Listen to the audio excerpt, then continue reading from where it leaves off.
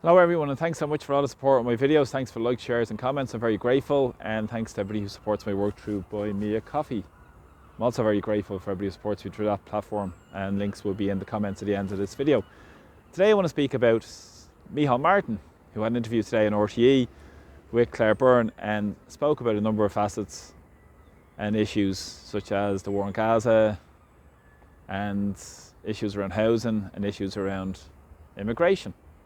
Of course, it was a typical RTE interview. The state propagandist, pretty kid glove stuff, typical you would expect from Claire Byrne, a member of the 1%, and their approach, pushing the government's narrative at every turn. So nothing really surprising from Claire Byrne today, member of the 1%. But interesting, Micheál Martin was asked about immigration. Now we know the chaos that's been created through immigration. I've spoken at length in many videos about it, about the genesis of the war in Ukraine and many more issues around to get the truth out, to discuss what's really going on, and to make more people aware in Ireland and various other places where people watch me around the world. And thanks again for all the support for people who do watch me from various other places around the world. And let me know where you're watching from as well, because I like to know where people are looking in from as well. And I'm very grateful of all the support. But it was interesting, this interview, because as I said, he spoke about immigration and he didn't have a plan, unsurprisingly. He said it's going to be an across Europe plan.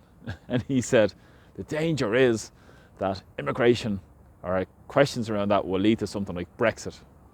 And he spoke about building a wall and all this sort of stuff that happened with Trump in the United States. And he said he was in Chicago recently, well, for some, and he said up to 50 or 60,000 immigrants have been bused up to Chicago. Well, for Micheál, travelling first class wherever he goes to. He's off to Canada now in a few weeks to St. Patrick's Day.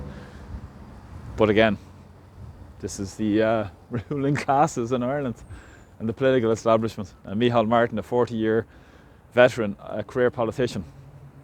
Amazing he's still in power in Ireland. Amazing. A man who helped send us over the cliff, part of that government with Bertie Ahern many years ago, and then subsequently Brian Cowan. But I digress, and I'll move on to the issues of immigration that I want to speak about, because it's important to what's been going on. Ireland is a low-wage economy. These are the facts. 1 in 4 people are in precarious work. Huge people suffer from job insecurity. Workers' conditions have been eroded, in particular over the past number of years.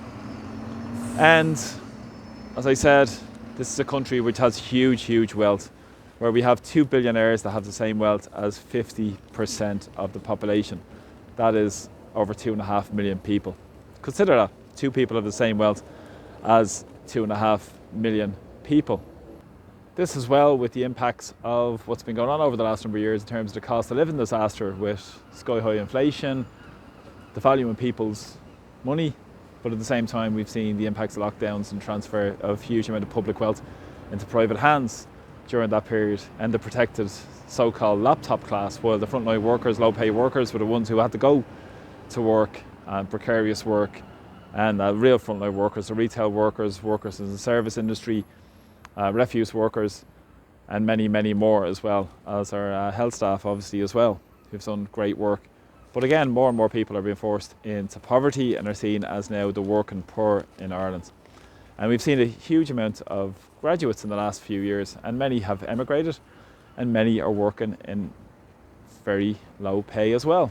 Many of these jobs as well, service and retail as well. And this has a knock-on effect because of the housing disaster we have in Ireland, with sky-high rents in Dublin, across Ireland, at sky-high house prices, and people can't source and find affordable accommodation to live and to keep a roof over their head. But then on top of that, we've had the chaos created by the immigration in the last number of years, with well over 100,000 people from Ukraine that have come, 75,000 in state-supported accommodation, huge money being given into big hoteliers, and over 25,000 in pledged accommodation as well. And these big companies have made huge money, and that's had a knock-on impact on hotels around the country, and made millionaires out of many of these so-called service providers.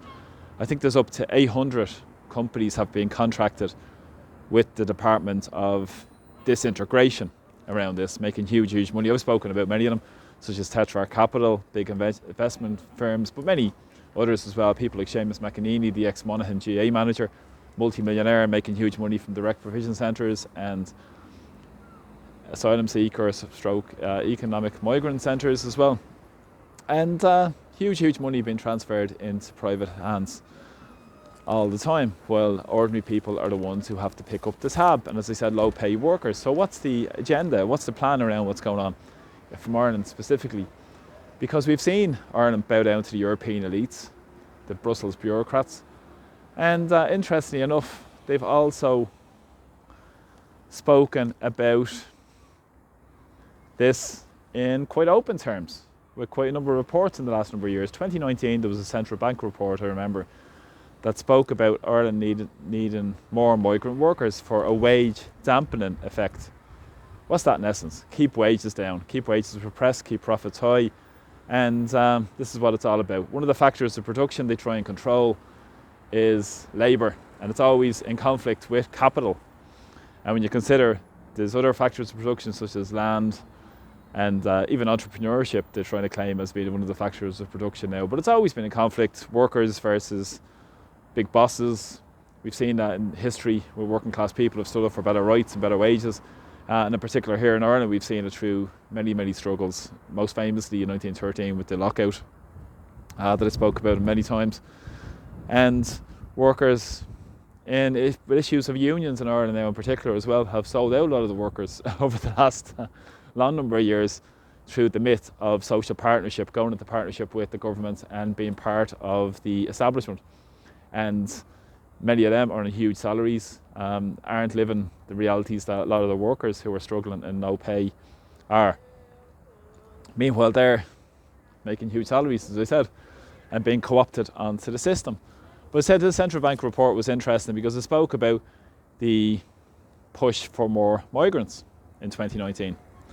So they said he wanted it to keep wages low, and otherwise there'd be pressure for the big profits made by the big corporations.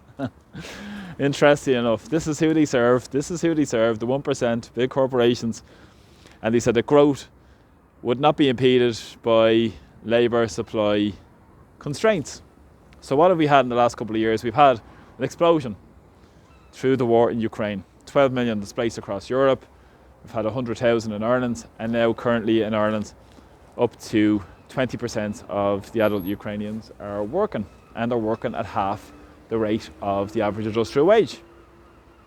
Over 18,000 are working, and where are they working? In service industries. So there you go.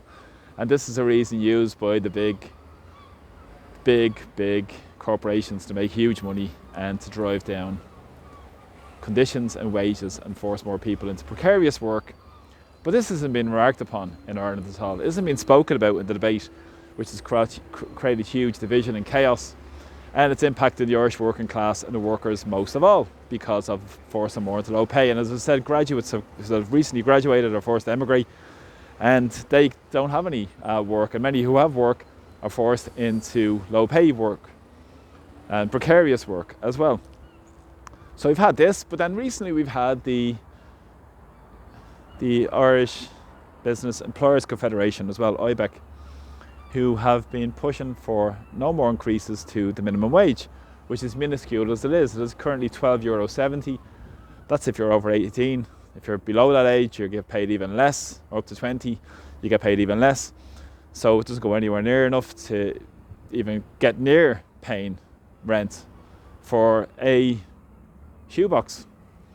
So when average rents in Dublin, €2,000, you could get a one-bedroom apartment, some places €1,700-1,800, well in excess of that. Many more places, you might get lucky and get something a little bit cheaper, but that is a exception rather than the rule.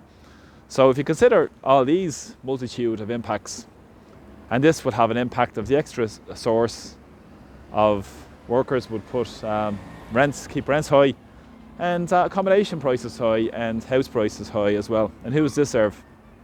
The bankers serves at 1%.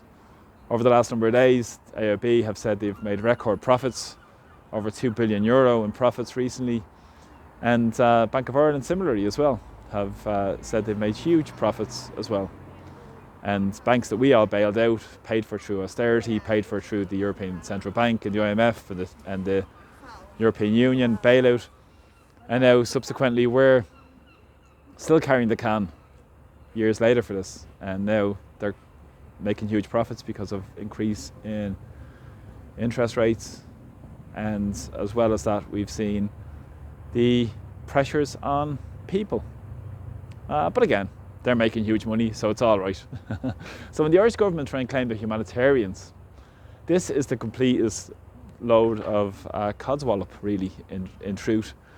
Because if they were humanitarians, there wouldn't be a homeless crisis in Dublin, there wouldn't be a homeless crisis in Ireland, there wouldn't be people struggling for affordable accommodation up and down the country, over 300,000 who are hidden homeless. There wouldn't be people on trolleys in hospitals tonight. Elderly people waiting with their dignity destroyed, 2 or 3 to a cubicle. And this wouldn't be happening. This wouldn't be happening in a republic that would serve the interests of the ordinary working class people. But this is a republic that has been sold out to the 1%, to the European Union. And Micheál Martin, when he was speaking about this today, didn't mention these facts again. Again, he's more interested in serving the interests and being the good boy in Brussels than dealing with the facts. But it's interesting also as well, because this hasn't been really remarked upon by anybody. Hasn't been discussed in the wide-ranging debate in immigration about cheap labour. And when you tie this together with central bank reports, it just shows you the ridiculous, the Pull-and-Wiley conversation from some of the people who are standing on the side of, say they try and claim they stand on the side of working class people, but don't, because they don't tell the truth about what's really going on. They don't tell the truth about the pressure that's being put on working class people with lack of services. They don't tell the truth about being pushed down on wages and to keep profits high. And in particular during lockdowns, there was a potential there for Labour was making gains against capital and putting pressure on the big corporations, but this was all pushed back under the cover of lockdowns. So 1% profit, division, chaos is created, and the same people who create the policies of division and chaos are the ones that are going to provide the solutions. Isn't this a sign of insanity? So the political establishment in Ireland are just rotten and corrupt to the core. They're just corrupt and rotten to the core because they don't tell the truth. They have their propagandists who spin their propaganda day after day and nonsense and spin and blather on about being humanitarian and this is our international obligations and all this nonsense, when more and more people are struggling and suffering and they feel the effects of this, and the working class most of all, and those who are marginalised, those who are most vulnerable in society are left behind. Because plenty of money for the big hotel groups to make money out of this, the 800 providers, not to mention all the other knock-on people who are profiting from this as well. So yeah, let's bring some clarity to what's going on and try and get it out there to more and more people. So I'm really grateful to everybody who supports my videos, and thanks to everybody who subscribes to my YouTube channel, follows me on Facebook, and supports me through other platforms as well. I'm very, very grateful, because we need to get the truth out to what's going on about the cheap labour and show up these clowns in the political establishment on their failure to deal with the working class issues in Ireland, because none of them have stepped up and on the side of the working class. They're rather more interested in talking down to them, preaching to them, using the working class for their own ends rather than genuinely being interested, because they have their own elite class who push this as well. So we need to stand up as ordinary working class people for the interests of the needs of our society, that are met, the needs of a right to a home, decent health service, education and job as well. So the cheap labour is a vital component of what's going on, and it's a part of the conversation that's been completely missed, probably deliberately, in the conversation around immigration. So again, thanks for the support. And please share my videos, and I'm very grateful that everybody does continue to share my videos and like and comment as well. So take care, and thanks for all the support, and let me know where you're watching from as well, what part of the world you're watching from as well. So take care, mind yourselves, and see you all soon, and thanks so much for all the support. Bye bye.